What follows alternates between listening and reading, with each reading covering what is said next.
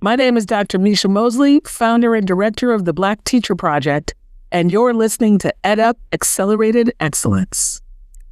Leaders, entrepreneurs, and change agents looking for the opportunity to network and exchange ideas with other trailblazers and to further your brand. The 2.0 conference is for you. Experts from the fields of education, health, internet, marketing, and CXO are welcome to take part in the 2025 conference in Las Vegas, March 4th through 6th. Reserve your space today and receive a 10% discount courtesy of EdUp Accelerated Excellence with the code EdUpXE10OFF. That's EdUpXE10OFF. Learn more and register online at www.the2conf.com. That's the2conf.com with the code EdUpXE10OFF.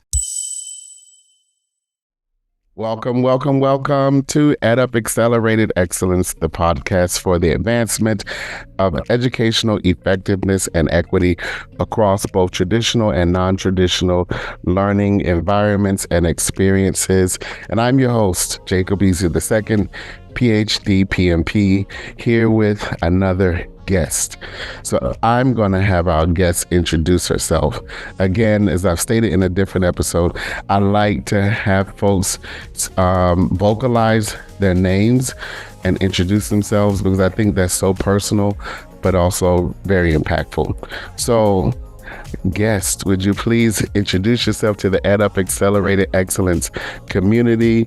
Tell us a bit about yourself, and we will engage in your story around educational effectiveness and equity.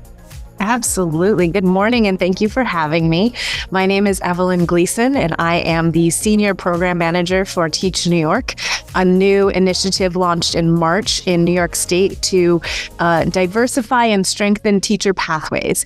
So my background is a little bit of everything. I am recently graduated with my MBA, and my undergraduate is political science, but I have a focus in human rights and working towards education excellence, and working specifically with, in the past, with people with intellectual and developmental disabilities to give them a little bit more agency and the ability to function in our world as well. So, we're off to the races in New York. We are working to accelerate that educators' pathways and diversify that pathway and get more people interested in the teaching profession to help mitigate that teacher shortage in New York. And I am based out of Rochester, New York, born and bred. So, Evalyn, I have to first congratulate you on your degree.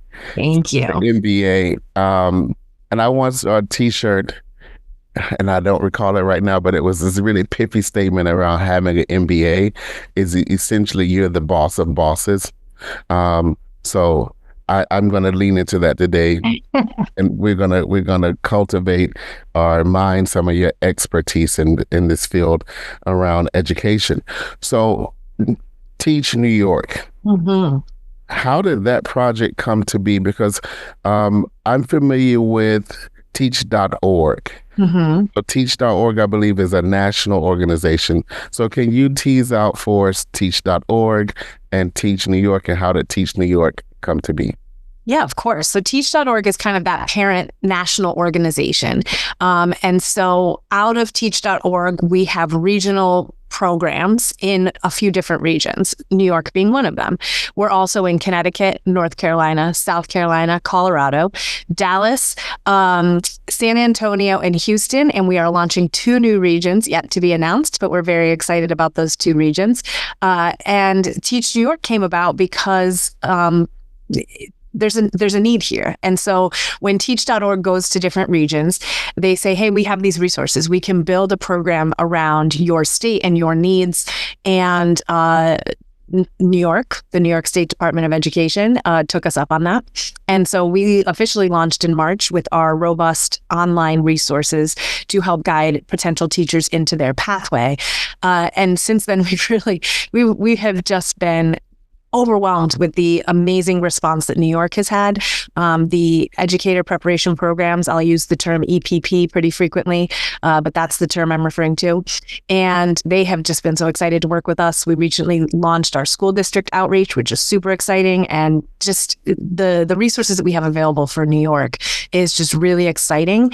And given the diversity of this state, both geographically, urban versus rural, we have a lot to be able to work with. And I've just really enjoyed it so far, and I'm excited about the strategy we can implement moving forward. Oh, that's amazing. So can you lay out a context for New York and the need for teach.org for those who may not be familiar with the region? So what data led to the need for Teach New York? Right. Well, a lot of the data surrounds obviously a teacher shortage. So obviously New York City has quite a large teacher shortage. Our rural districts in New York have a need for teachers, right? Specifically in those high needs areas. So STEM and TESOL and bilingual education are some of the ones that we really need to implement. And again, mentioning that uniqueness of the state, we have so many individuals, we have so many different types of people in New York. There's a high percentage of Latino and Latina individuals in New York State, specifically New York City, as well as people of color, those identifying as Black and Brown. And we see the need to have those teachers also reflect who they are teaching. And so students need to see themselves in their teachers. And so being able to diversify that pathway, recruit people of color, recruit people from those Latina backgrounds, from Black backgrounds, from Indigenous backgrounds is a high priority in New York State and for Teach New York in specific, but also then figuring out how to grow your own and how to recruit from within. So paraprofessionals, non-certified education support staff. We have the ability to recruit those individuals that are already in the education system, that are already working with students, and being able to help them get their certification and move into the classroom as the teacher of record. So that's kind of the thought process from it. What we're seeing is that New York City has a high turnover rate. There's a lot of people leaving the profession in New York City, but the rest of the state doesn't necessarily have that same problem. We have a lot of individuals being moved to different districts because of affluence and resources being available in those districts. That's specifically an issue to Western New York. And then we also have rural district areas that just don't have the recruitment efforts in general. And so what Teach New York does is we're able to extend those recruitment efforts. We're able to amplify what people are already doing. We're able to take your EPP program or your district recruitment and help with that framework of marketing and advertising and being able to get resources into the hands of individuals that want to teach. Whereas in maybe a district or a school or a university would have been strapped for those resources before, we can just extend that. We're an amplification of what's already happening, not recreating the wheel. So you mentioned quite a few conditions, I think, that are noteworthy of discussing just briefly. Would you say there is perhaps inequity around the supply demand for teachers regarding rural, as you said, New York City, but you mentioned affluent? So when you think about the teacher shortage, is this something that is happening more prevalently in rural New York City, for example, or in affluent districts? Yeah. So what I'm seeing in Western New York is that teachers aren't leaving the profession, but they're leaving the less affluent districts. And so more affluent districts have the resources, financial capabilities to recruit from those less affluent districts. And so there's a higher turnover rate in some of those regions. Not necessarily with rural. Rural is just struggling to get individuals into classrooms to begin with. But that's kind of what we're seeing. I can see that in some of the urban districts outside of New York City, so Buffalo, Rochester, Syracuse, they have the teachers, but a lot of times they're being picked up by some of the suburban affluent districts as well. And that's something that has been mentioned in Buffalo specifically. So it's finding that balance. And we know that we have individuals who want to teach. We know that we have them maybe not certified yet in the classrooms, but if we can grow from the districts from within, then it's more likely that they'll stay at those schools as well. Yeah, that makes sense. So I want to step back a bit and talk about your origin story. So having grown up in Rochester, how has your personal connection to, let's say, the city, because Rochester has its own flavor and it's one of our big 5 regions in terms of metropolitan areas. How has that shaped your perspective on education, and specifically, because you and I have talked a bit offline about this episode, but community engagement. So how has that influenced your perspective around education and community engagement growing up in Rochester? Yeah, absolutely. So a little background on Rochester. Rochester has a fascinating history. We're the home of Kodak. We're the home of Bosch and Lomb. We're the home of Xerox. So we have a background in that industry. We have a background in manufacturing. We also have a pretty significant background in racism and in segregation. And the race riots of the 60s and 50s were part of Rochester's history. There was the urban flight for a lot of affluent white people to move to the suburbs.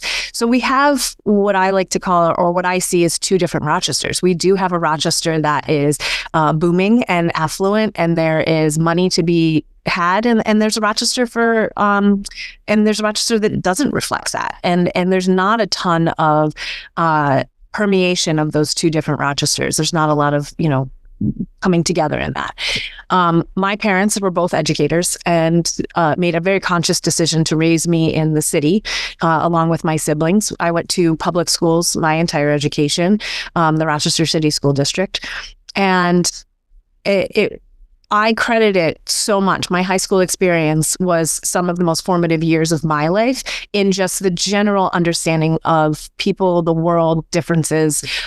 It was a crash course in what it means to be a middle-class white woman in America versus a Black person. I was raised within that culture. I had a lot of different friends and people. I was exposed to so much, and I saw that I was treated differently than my classmates. And I could pick up on that even at a young age.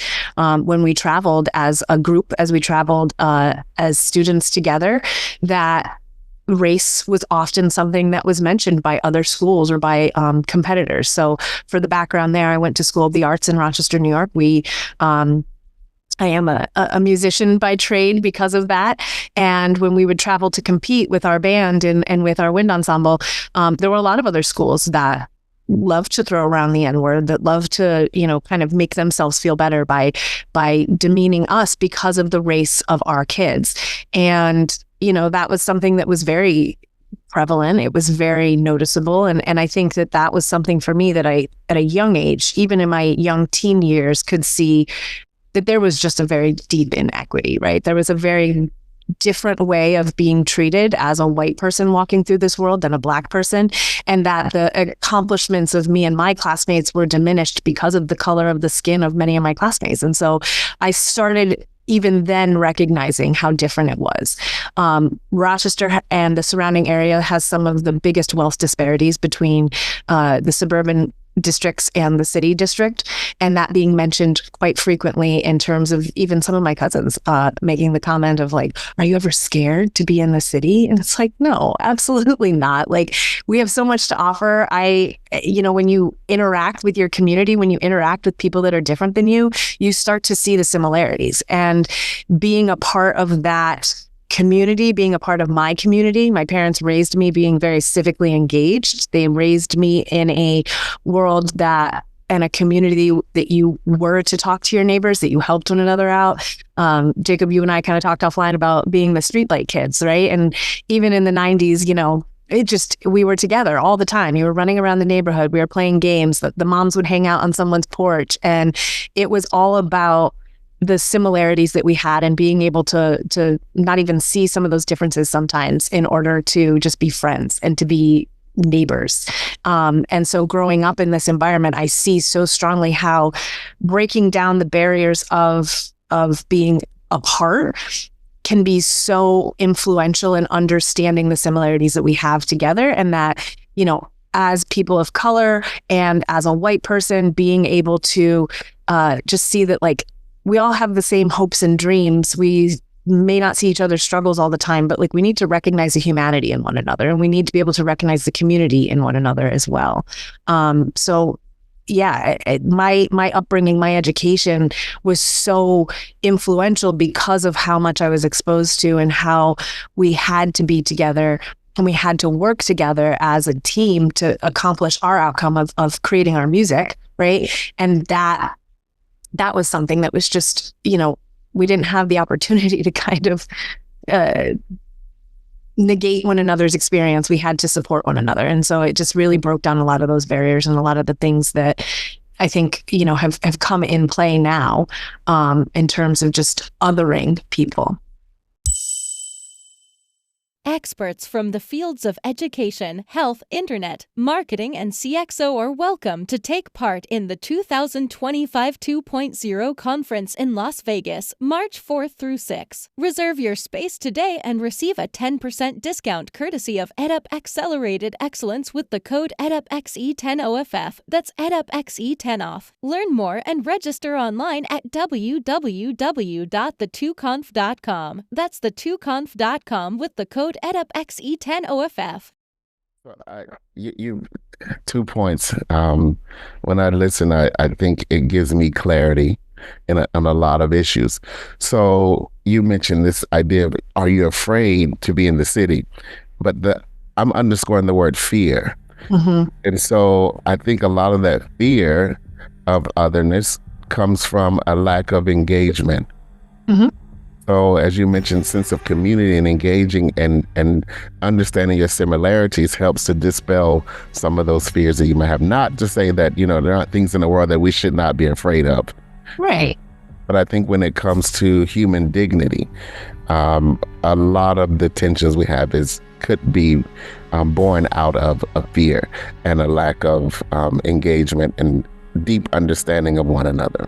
And the fear is also, I think, importantly to note, a lot of that fear is driven by a narrative that isn't being written by the individuals themselves or the communities themselves, right? We've got a media that loves to pick up on certain things, and that's what you see. If all you see and all you hear is negative and fear and things that could be scary, you don't get to see the joy, you don't get to see the happiness, you don't get to see the good things, and you're afraid to experience or even to go try those things because you're hearing about the fearful parts of it. And so breaking down a lot of that narrative as well and saying like, yes, there are things to be afraid of. Absolutely. Fear is a real emotion. But there's also all of these other things over here that you're not even seeing or hearing about because you're leaning into fear. Let's maybe look at, coming downtown for a festival, or come listen to our music, or come support us in this way and learn. And I think if we can encourage one another to overcome some of the fear to learn, we are going to be a heck of a lot better moving forward as we make the intention to learn about one another. So you are the program manager at TEACHNY, mm-hmm. or Teach New York. So that means you engage with multiple constituent groups, not only EPPs, but as you mentioned, those who are aspirants seeking to enter the profession. What does that look like on a regular basis around how do you manage the relationships between educator preparation programs and folks who are just wondering, how can I get into the profession? Yeah, absolutely. So I Teach New York is so unique in that the sense, like I really feel like we're kind of at the center of all of it. So I have the pleasure and honor of working not only with those colleges and universities, the EPP programs, but community partners, the State Department of Education, all of the school districts in New York. Like we are kind of that ability to make those connections. And so my day to day, I'm also a strategy person by trade, by bringing, like I see that big picture. I want to fill in all the pieces. And so for me, this is perfect because I'm like, oh, you're doing this work. You should absolutely be talking to this person because they're also doing similar work. And if you partner together, your outcome could be like tenfold. So I have that ability, and that's kind of part of my day today. Right now, we are building a lot of our profiles for those EPP programs. So I maintain those relationships. I'm constantly doing that outreach to get people to send us their information so that people who want to be teachers can see what programs have to offer. What are the highlights? What kind of scholarships do you have to offer? What are some of the maybe student teaching opportunities that you'd like to highlight? And so that's like one aspect of it. As we move into our district work, my colleague Proudy Bailey, who is our new regional program manager, and she's based out of New York City, she's taking lead on that. And so collaborating with her, thinking about, okay, so you're engaging with this district. Maybe we should have some sort of meet and learn about this EPP program that's working with that district and how we can kind of create a pathway there. And then it's working with the state. It's hearing about those initiatives that they're working on. What's new there? How can we amplify that? What can we do to support their recruitment efforts, and how can they support us in turn as well? It's working with our community members. We have worked pretty closely with Expand Ed in New York City, with New York City Men Teach and the New York City Public School System, all fantastic partners for us. And one of our new partners as well, the New York State Educators Workforce Development Hub, working on apprenticeships and being able to kind of more clearly articulate what an apprenticeship is and why it would be beneficial for districts and universities to get involved with them, and our partners with BOCES as well. I mean, it's really just like any little nook and cranny that is touching the education system that we can help recruit and amplify recruitment efforts already. I'm like, all right, let's connect. Let's do this. Let's do that. So yeah, it's that's kind of the crux of it right now. And then when I have a little bit of quiet time and I'm not meeting, I'm putting together toolkits and resources and graphics that can be shared all over to get people just knowing what Teach New York is. So no grass is growing under your feet. No. And so you laid out this diverse context: rural, upstate, Western New York. I would say the big five metropolitan areas. Are you finding that the strategies for recruiting teachers varies by location? And if so, can you give us an example? Yeah, I think that it is. I'll say that what I've noticed recently is that as we're doing our district outreach, and so we have 2 more information sessions in January, the majority of our signups have been from rural districts. So rural districts are the ones who are reaching out. They need the help. They need some of just like, what can I be doing differently? That's a lot of their need. It sounds like there's pretty well-oiled machines in a lot of those big five and in New York City as well. But it's about capturing and then retaining. So we have the teachers, we have, like in Rochester, for example, we have a lot of substitute teachers that we can recruit from. We have a lot of those paraprofessionals and non-certified education staff. And so it sounds like we have the teachers, but it's like the longevity of that. So yeah, the strategies are different. And in rural districts, it's even just getting eyes on being able to recruit. It's even just getting people to even consider some of those rural districts simply because they are further away. They're not necessarily pulling from that New York City crowd or the Rochester Buffalo crowd. So it's really just like how to get eyes on there. And so for those districts, that's where it works for us to help them with the Grow Your Own platform Grow Your Own framework, which is taking individuals, again, touching that education system already and encouraging them to become teachers or to get certified.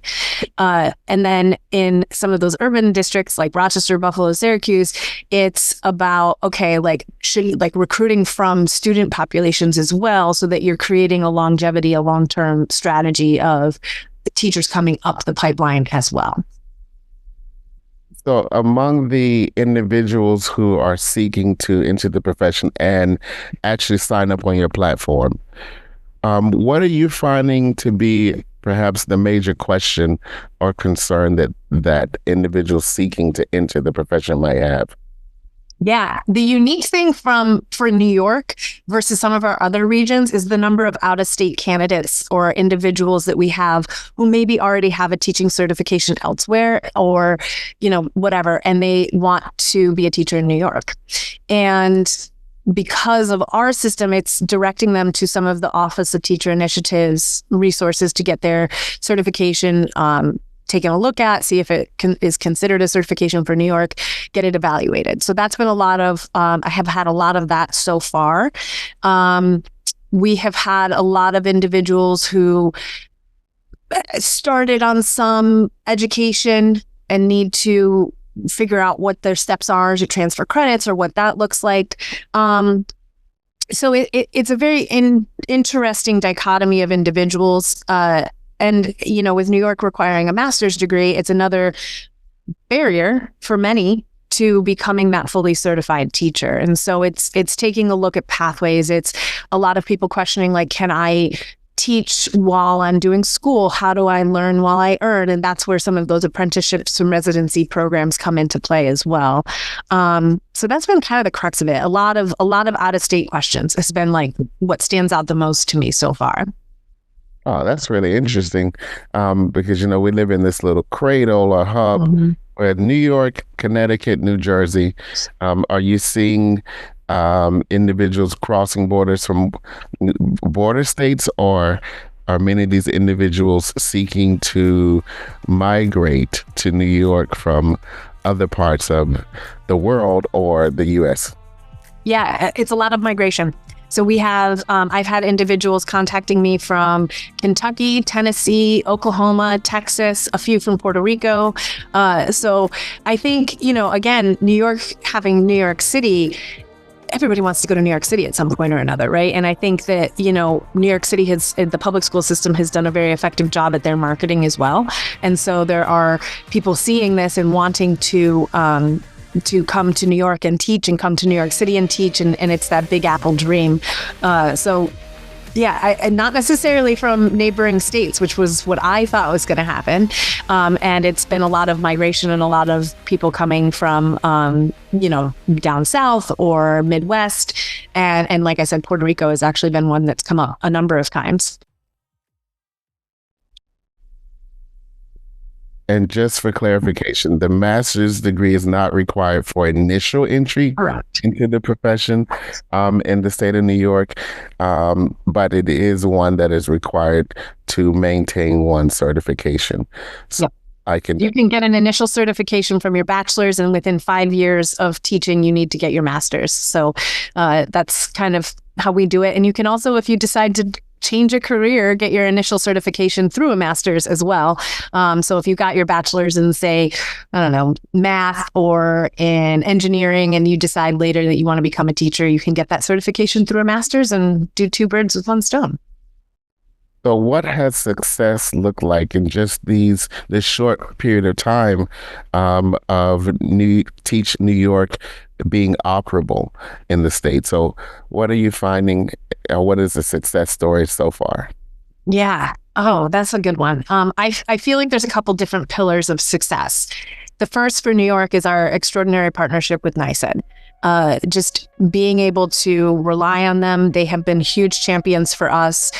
They've got us through a lot of doors and put out our information. So having such a strong partnership with them is certainly a huge success. Other regions we haven't had the initial excitement.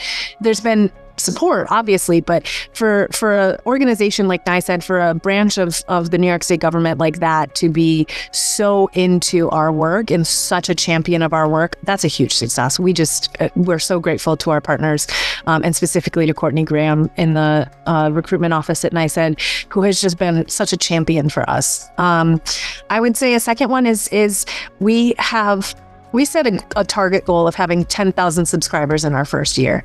We just surpassed 55,000. And that's in 9 months. And so that's a huge success as well. I think knowing that our framework, knowing that our platform, knowing that our resources are getting in front of eyes is huge. That's amazing. We know that that's going to lead to at least a handful of people coming through and becoming teachers, sending in their applications to educator preparation programs, and ultimately ending up in the classroom. And so that's success. That is, to me, success. And I think, as we just take a look at crunch our numbers, we've had scholarship applications. We've been able to give out 20 scholarships to date for future educators. We've been able to do about 300 fee reimbursements. And so one of the things that Teach New York offers is up to $100 for application fee related expenses. So once you apply, if you're a subscriber to Teach New York and you apply to that EPP program, you submit your receipt to us, and we'll give you up to $100. And that's anywhere. That could be something as simple as ordering your transcripts, the cost for that, or getting fingerprinted in some cases. It doesn't necessarily have to be that at that application fee, but things related to getting that application in. So having over 300 of those is also just another huge milestone for us. And the recognition that we've gotten across the board. I mean, we've had people reaching out to us from different states. Hey, we're seeing what you're doing. We're doing this thing in New York City. We'd like to partner.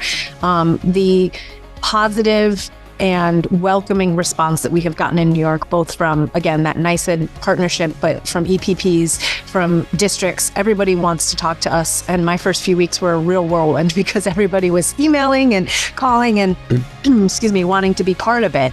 And I think that, knowing that we're meeting a need, a critical need, because of the response that we have is paramount to our success. And that's just a really, I know that we're only going to continue to grow and get better, and we're going to be able to really mitigate some of the issues with recruitment and getting people into classrooms. And so knowing that that's coming is just a success as well. 55,000 folks have registered with Teach New York to date, or over 55,000 actually, in less than 1 year. So yes, kudos for super exceeding your goal of that 10,000. So I want to, I'm wondering, you have a great relationship with New York Education Department, or State Education Department, so NYSED. Tell us about how you work with EPPs. So I can see in my head a funnel where folks register, apply to Teach New York, and you help to navigate them to get into perhaps a preparation program. But what is that relationship between Teach New York and EPPs? Yeah, so that's a great question. And I'll describe it as somewhat of a circular relationship. So we work to promote the EPP. They send us their information. We have checklists for their program. So let's say I got one this morning for a bachelor's of music education. It results in that initial certification. They send me a couple different spreadsheets. One that outlines their profile, their program, their school, like highlights, and one that has all of the deadlines for their application. And so we develop a checklist for a potential applicant through those deadlines. In turn, we ask that those EPPs put a link to us on their website. We don't want any of their potential applicants to miss out on that up to $1,100 of scholarship and fee reimbursement eligibility. And so in order to be eligible for that, you must first create an account on teachnewyork.org and then apply to your EPP program. So by having a EPP help advertise our resources, and again, just reiterating, I don't think I've said this yet, but everything we do for EPPs, for those colleges, universities, preparation programs, the individuals and districts is free. So our funding comes from NYSED, and we are able to offer this at no cost to any of our partners involved. And so we just ask that our partners advertise that to their potential applicants so that those applicants have access to those resources. The way that we also support potential applicants and actually bringing that application full circle into applying to that EPP. So the goal is to increase the applicant pool for an EPP as well as diversify that applicant pool. And so by our resources, including those checklists that we can then check in with a potential applicant to say, hey, you have a deadline coming up. It looks like you haven't started it.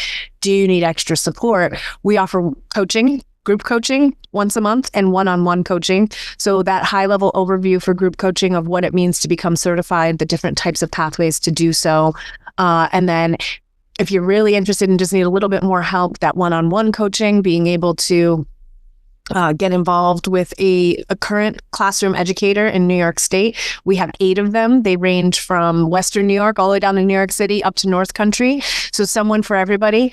And they can kind of talk you through a little bit more of like, okay, since you already have that bachelor's, you're going to want to go into that master's program. That's going to be your initial certification. Here's how the process works.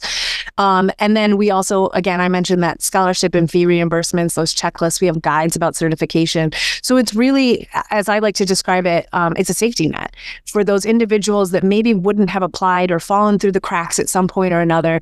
We're catching them and helping them get through that finish line of applying to an EPP program to, again, diversify, amplify, bring more people into the profession that might have otherwise just kind of faded into the background because they didn't have the support they needed to complete that application.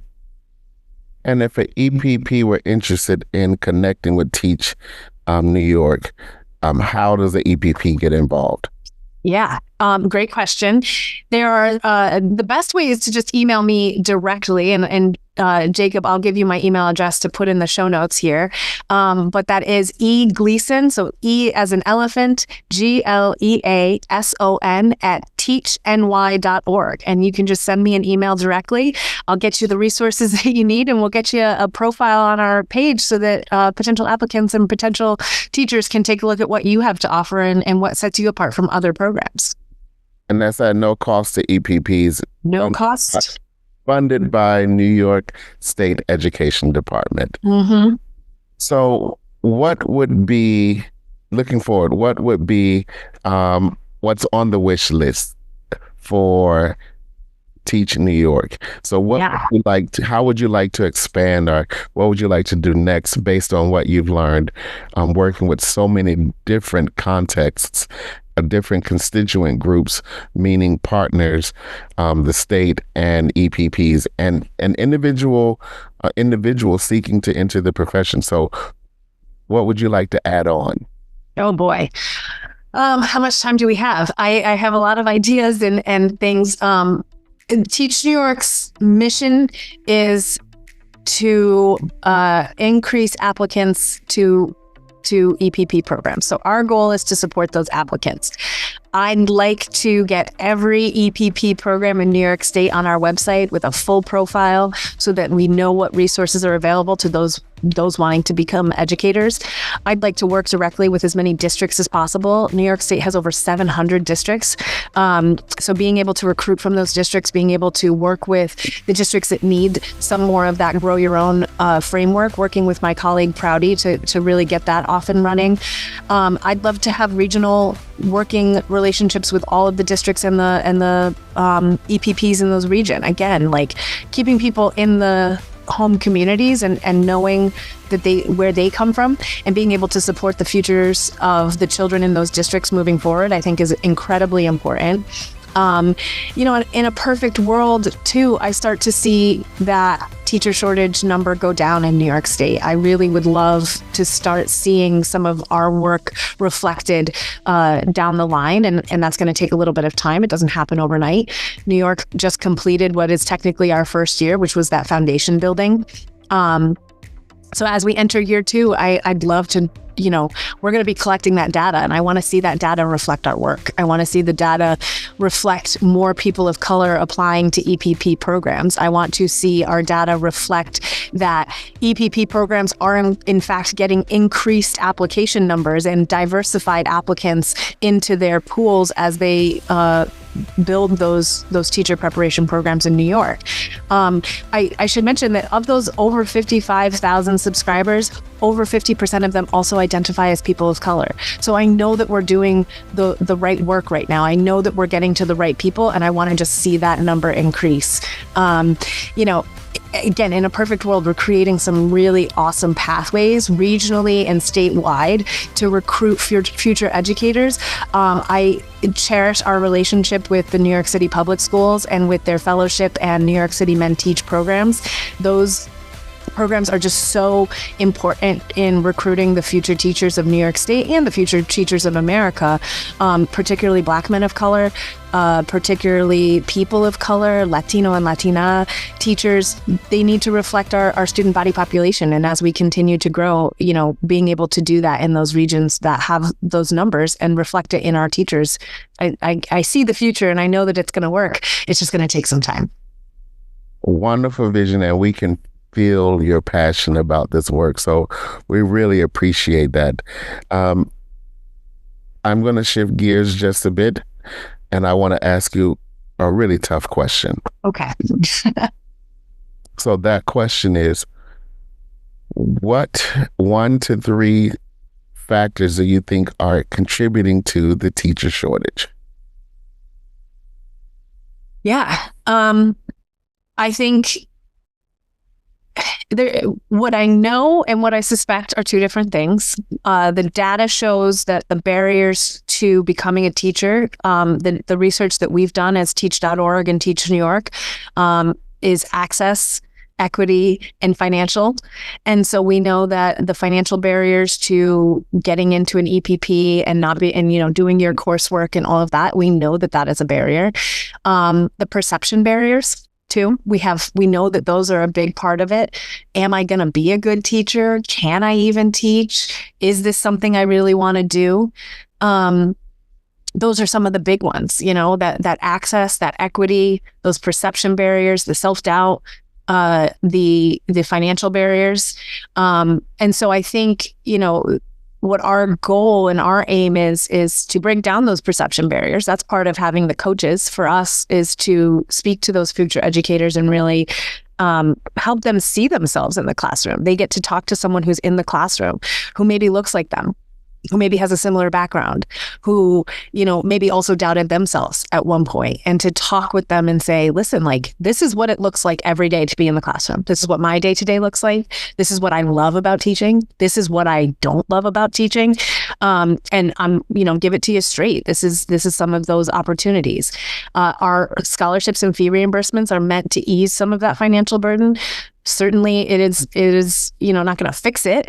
But our ability to speak with EPPs and have scholarship and financial aid pages on our website so that individuals can explore other financial opportunities.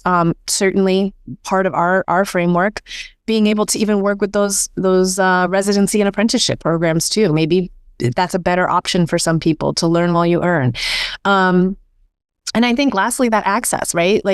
In addition to those perception barriers, I think that being able to speak to individuals, being able to encourage individuals, being able to let them know that there is a pathway for them, I think is something that's hugely important. How often do we hear I can't be a teacher. I didn't finish a bachelor's degree, or I don't have a college education, or whatever that looks like. Well, there's a pathway for you too. And there's a way to get there.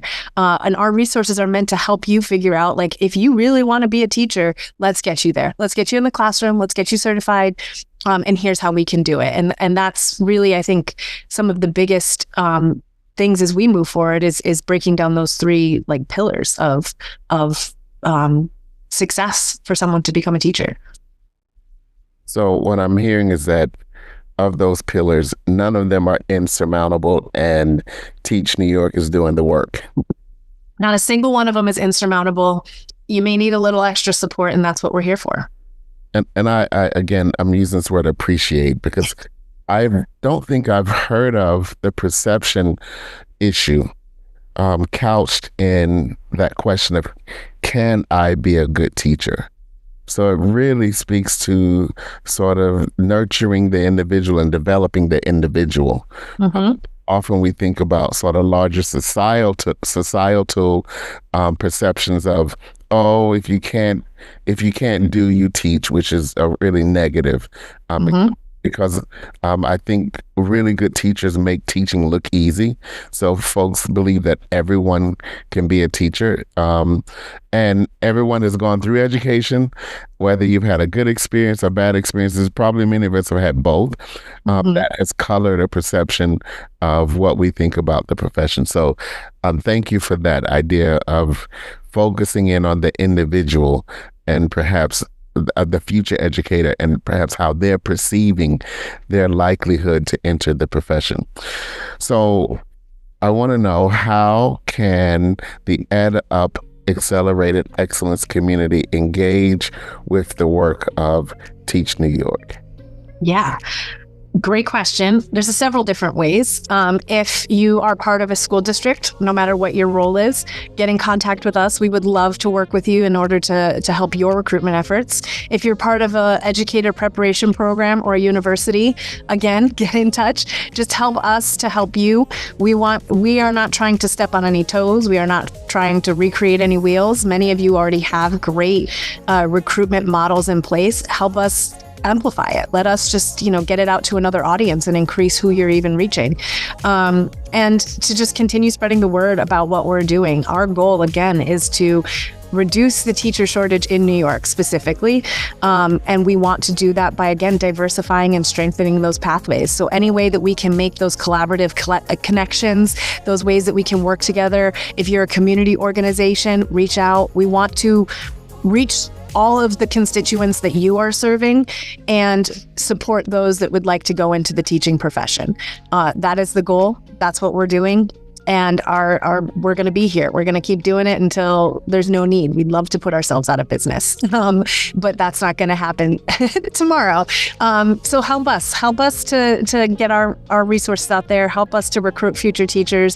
Help us to support those that just need a little extra support in getting across that finish line of getting into an EPP. And as we continue to work, help us to, cater our resources. If you see things and you're like, that doesn't really work for North Country or the Southern Tier, reach out. We are here for feedback. We are here to adapt. We want to reach our goal of getting more educators in the classroom and those educators reflecting the students that they're teaching. So there you have it from Evalyn Gleason. You can reach out or connect with Teach New York at teachny.org. That's teachny.org. For those of you who are in or interested in New York educator preparation, and if you're outside of New York, teach.org. Teach.org if you're in Oregon, Arizona, California, or somewhere else. So, Evalyn, I want to thank you for this opportunity to learn with and from you here at EdUp Accelerated Excellence. Thank you so much, Jacob. It's been a pleasure, and just continue doing this work. We're going to keep partnering and keep making education more excellent for the future generations. Absolutely. I agree with you, and we'll hold each other to that commitment to keep moving forward. Thank you so much. A special thanks to our research assistant for this episode, Emily Bloom, graduate student researcher at Fordham University, studying in the Mental Health Counseling program. And we want to hear from you. If you have feedback on this or other episodes, contact us online at edupxe.com, that's edupxe.com. Thank you for engaging with the EdUp Accelerated Excellence community. You can find this episode and others on Spotify, iHeartRadio, and Apple Music. And if you like this episode, please don't forget to follow us and share within your network.